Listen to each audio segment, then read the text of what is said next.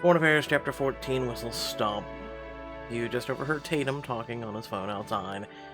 You're taking me off Clark's security detail? No, sir, that's great. Thank you.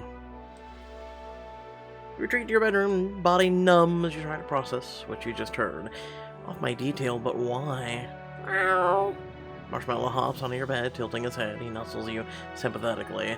A few moments later, there's a tap on your bedroom door. Tatum enters, his gaze on the floor. Tatum? What's going on? Tatum clears his throat once, twice, and looks at you.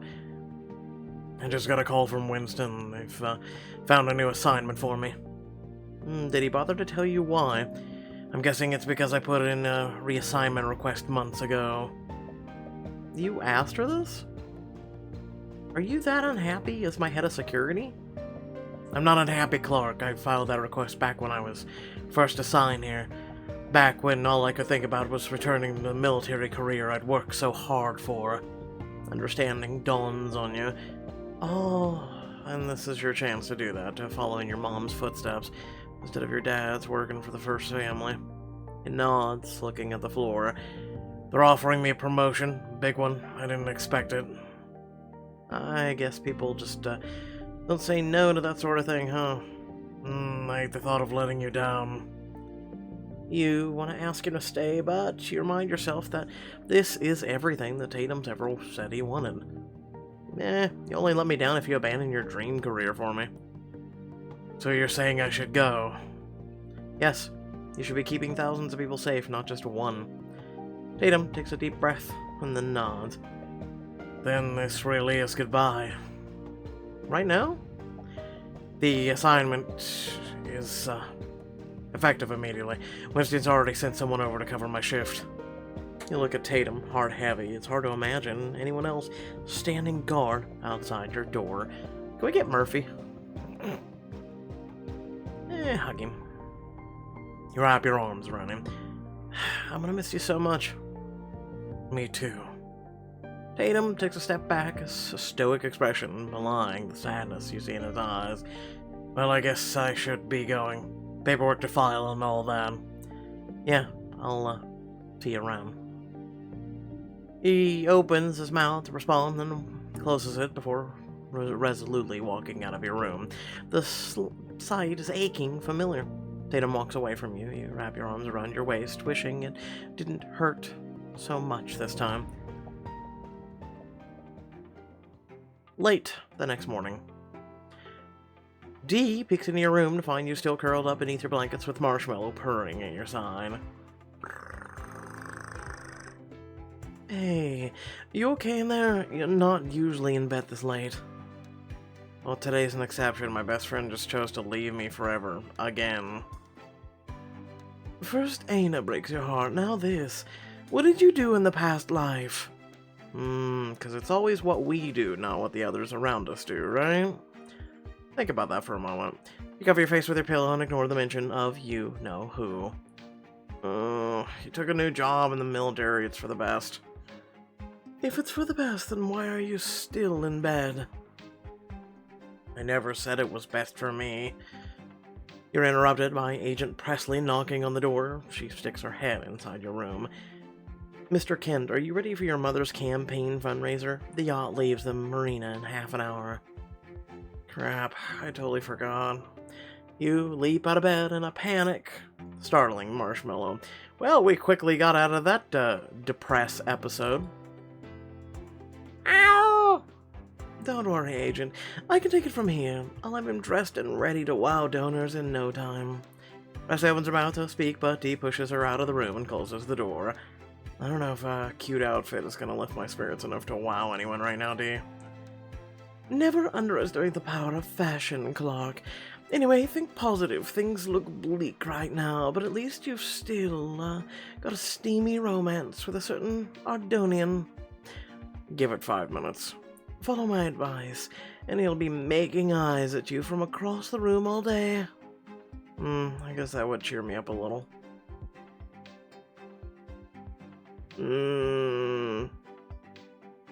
Meh. You changed the yacht-worthy look Dee's picked out for you and then spin around for. Okay, old man, I do feel pretty drop dead in this. That's the spirit. Now let's go rake in some campaign dough. You arrive at the marina to find the luxury yacht bobbing gently in the bay. Your friends are already on board mingling with other guests. So that is when what a Rutherlendian campaign event looks like. Ah, like someone threw up red, white, and blue, you mean? I don't know, the aesthetic's kinda growing on me. Don't let your parents hear you say that. Looks like everyone's here. Then what are we waiting for? Clock a moment. You turn to find Winston waiting for you with a man you haven't seen before. Why do you seem familiar? Listen, it's been a bad day for me, okay? My memory is not so good. Who's that? I haven't even had coffee yet. I guess I'm about to find out. I'll fill you in later. Dee squeezes your arm and leaves you on the dock with Winston and the mystery man. Clark, this is Remy Millie, your new head of security. Mr. Kent, it's an honor to serve you. Oh. That was fast. Has Tatum's flight even left yet? Your safety is our highest priority, Clark, especially now. I've heard excellent things about your previous head of security, Mr. Kent, but with all due respect, there were gaps in his judgment. There won't be any breaches on my watch. I'm definition of professional. Agent Miller comes highly recommended. With over 15 years of high-clearance private security experience, he'll keep you completely safe. Fine. You turn to step on the gangway, but Miller blocked your path. I board first. Another agent will bring up the rear. This will be our standard method of entering any new location anywhere, anytime. This is overkill. It's protocol. Starting tonight, we'll be implementing a 9 p.m. curfew. Wait, you can't be serious. Clark! Your mom greets you with a hug. You glance around the fundraiser guests and bite your tongue. Surprising the time or place to make a big scene about Miller. Your mom pulls back, taking your hands in hers to give you a glowing once-over. Oh, you look perfect. Thank you for making the extra effort. I've got your back, Mom. We should get on board. We're set to leave any minute. You look over the deck as the yacht moves away from the docks. Royals, presidents, prime ministers from all over the world mingle with important Rutherlendians. Yeah, it's a great turnout. Better than I'd hoped.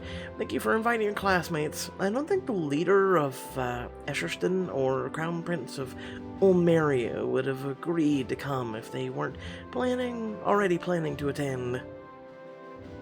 Happy to help. A few of your classmates approach, and you grin and wave them over. Hey, everybody. Thanks for coming. I always say yes to a party on the yacht, especially if the food is free. Doesn't your family own like 5 yachts? Yes, but not this one. We're connoisseurs, so we have to experience them all. That makes 0 sense. Careful, dear. He'll uninvite you from his next yacht party.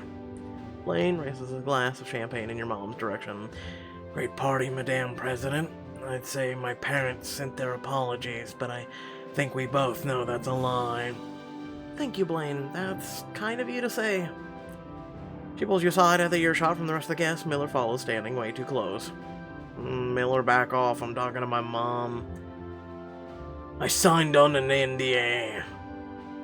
I don't care what you signed. This is a private... Never mind the guard, Clark. Why is Blaine Hayes here?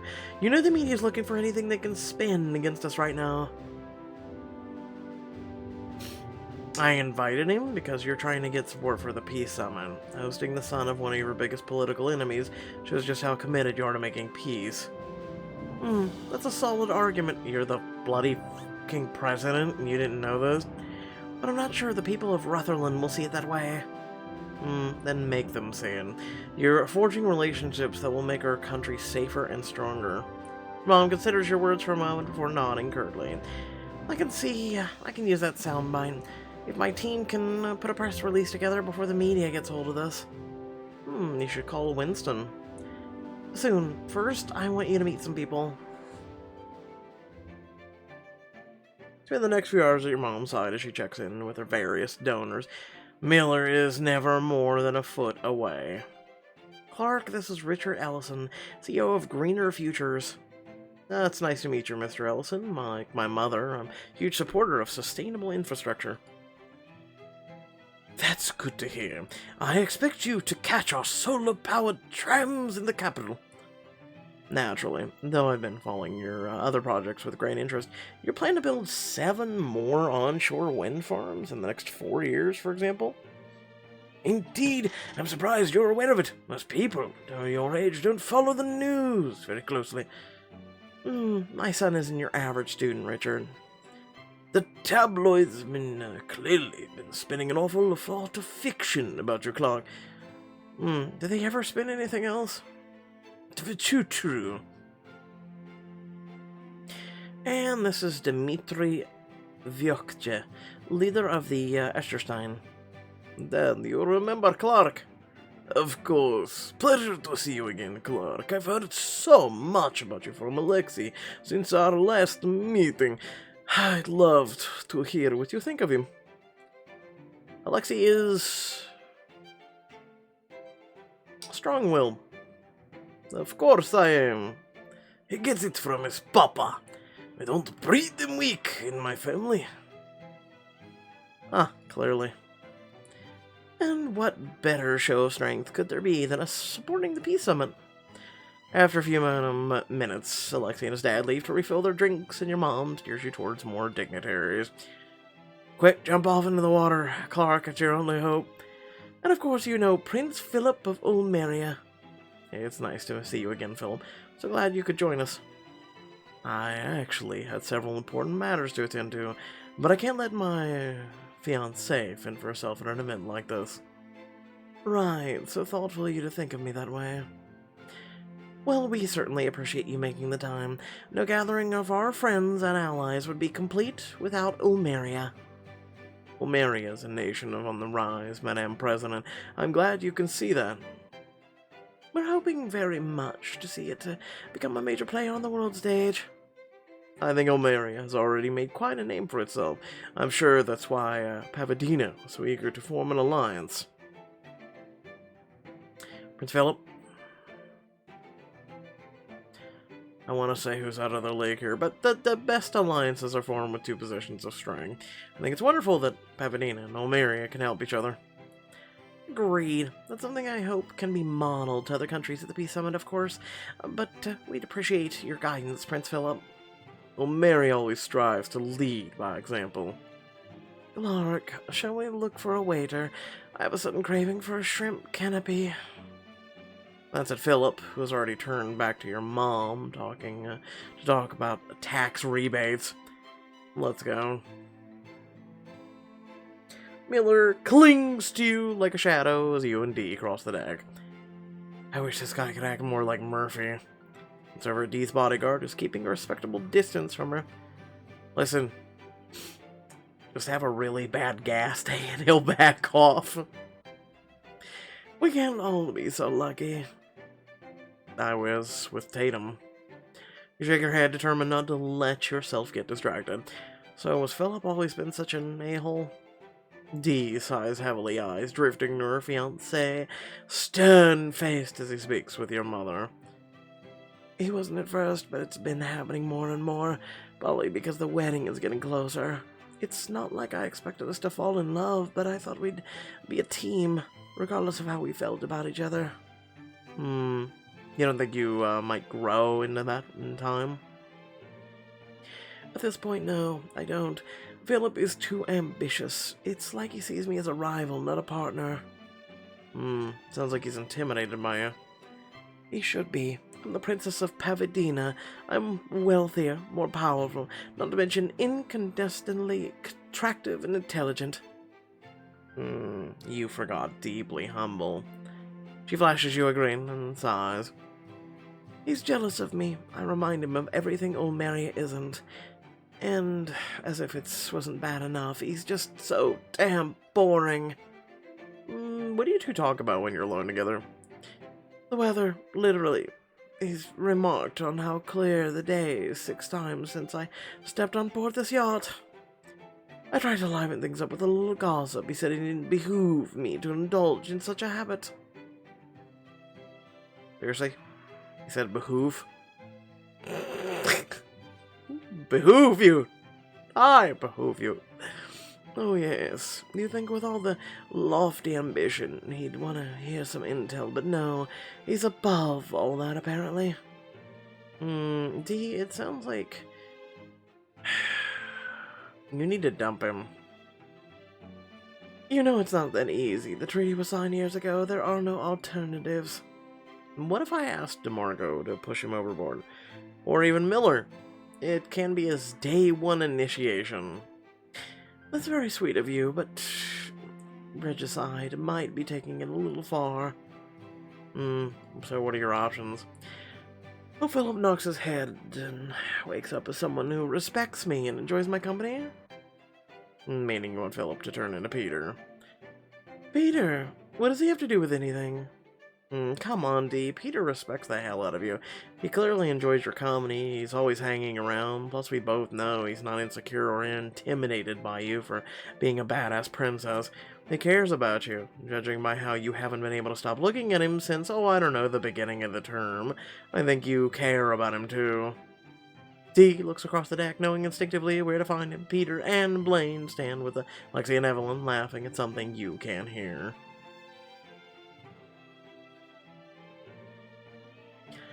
But he's so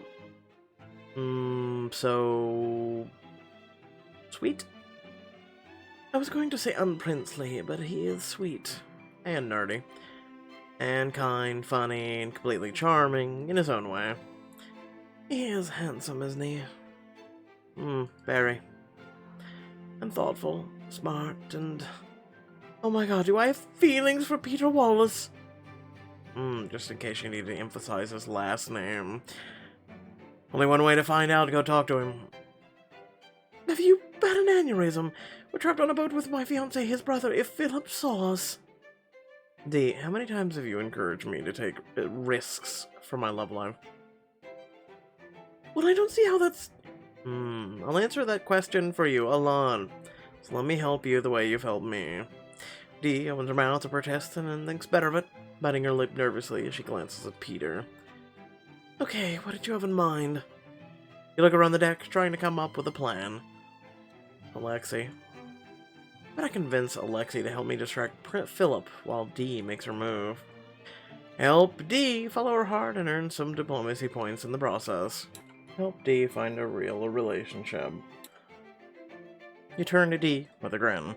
It's simple. I'll keep Philip busy, you talk to Peter, fall madly in love, etc., etc., etc. You know, distracting Philip isn't as easy as you're making it sound. Yeah, leave it to me. Go talk to your boy. Lexi, can I borrow you for a minute? No offense, but I'm not interested. You roll your eyes and grab his arm, leading him towards Philip. Not for that, Peter.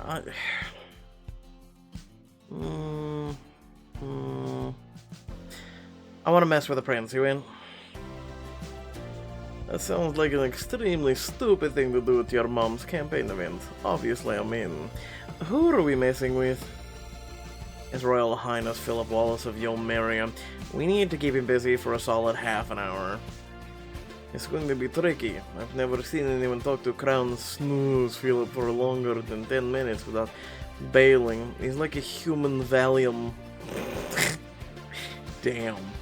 Then we need to get him latched onto someone who can do all the talking. Someone he'll be desperate to impress. Like who? So there I was, just me with my wild boar. And I asked one of my servants to stand in front of me as I lowered my rifle. You and Alexi turn in unison to face Alexi's dad, engage in a conversation with a desperate-looking diplomat. I think I found our guy. Perfect. Everyone wants to kiss my dad's ass or see him exiled to the South Pole. Usually both, actually. I think you can convince him to stop with Philip for a while. Are you kidding? He'll gladly talk to in the audience, even Philip. The problem is going to be making him stop. Part ways and head for Philip when Miller steps in front of your arms crossed. What are you doing with Alexei Yukovich? None of your business.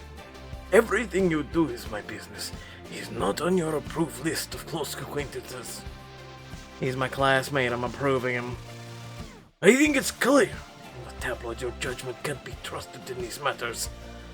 Miller, get away from me before I tell my mom to drop you off the nearest aisle.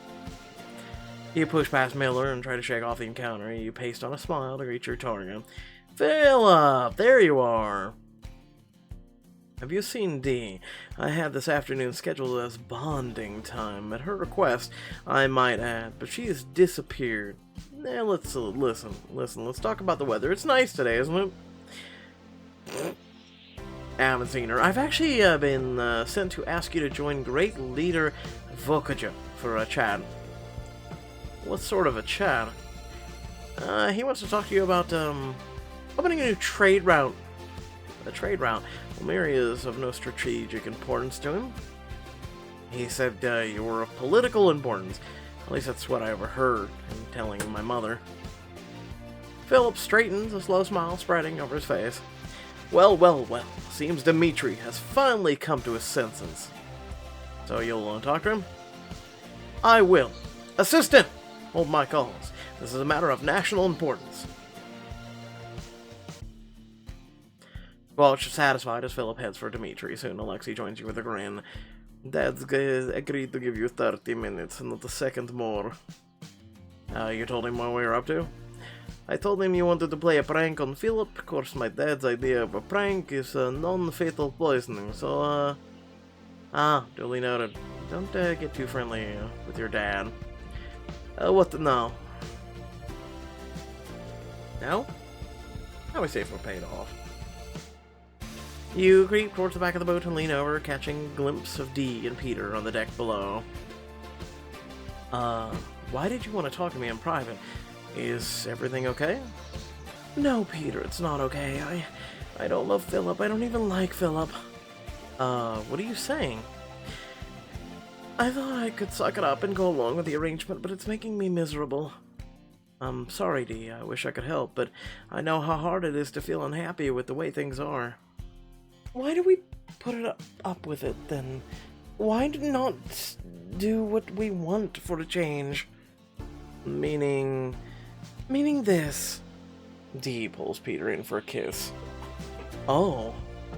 He is clearly taken off guard, but he quickly recovers and returns her embrace. Peter. After a moment, he pulls back. Wait, but what does this mean for our countries? I have no clue, but I don't care. Do you? Right now, not even a little bit. Yeah, this is sickening. Shh, it's cute. No, really. Did you hear that? And Alexei exchange panic looks. Where do you hide? Behind the flag. Why not?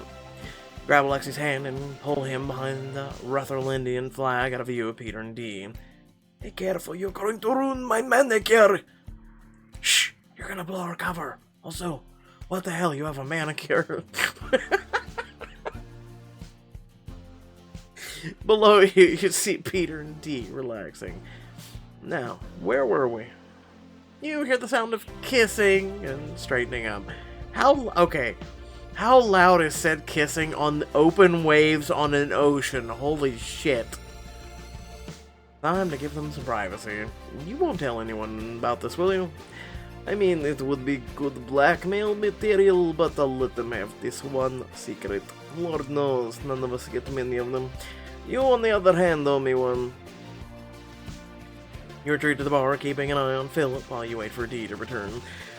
Just as your distraction finally managed to extricate himself from the conversation with Philip, Dee returns, a huge grin on her face. Ah, there she is. How'd it go?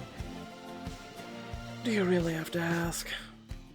Guess not, but I do want to know. Is Peter a good kisser? Clark! Oh, come on! You know you want to tell me.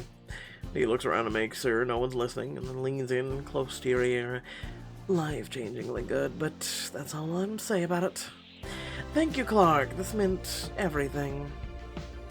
Nah, it was nothing. Didn't even come close to everything you've done for me. I don't know about that. Either way, thanks.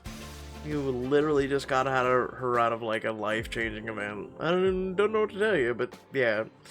The day continues, the yacht cutting through the ocean as the flock of gulls swirl overhead. You take a break from the smoozing to scoop up an oyster shell from a passing waiter. I'll take that.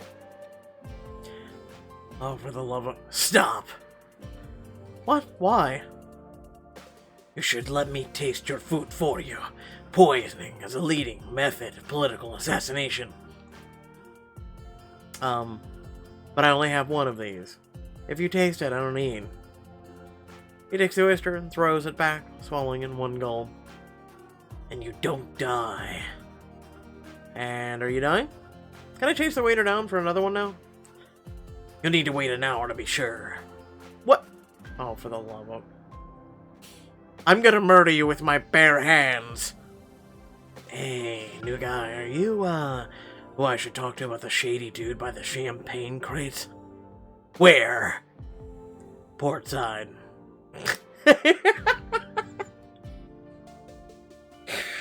Miller leaves immediately to investigate and abandon you because what a great security guard. And Blaine turns to you with a smirk. You're welcome. You just saved my life, or Miller's. One of the two for sure.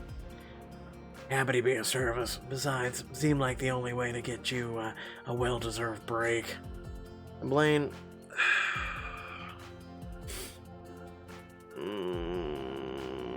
I don't give a shit about my mother right now. This is such a stupid choice. How do you suggest I spend that break? Doing whatever the hell you want to do. Though I have a distinct preference that you do, me. Ah, now there's an idea. You settle against the railing, Mr. Blaine, your arm brushing against his. So your mom seems to be in a good mood. Or is her campaign face that good? Probably both. It's hard to crack her facade, but as far as I can tell, the fundraiser's going well. Good. You could use a win. I just hope we can keep up the momentum with the Peace Summit in a few days. A day on water won't mean much if we lose there. Blaine nudges you with his elbow.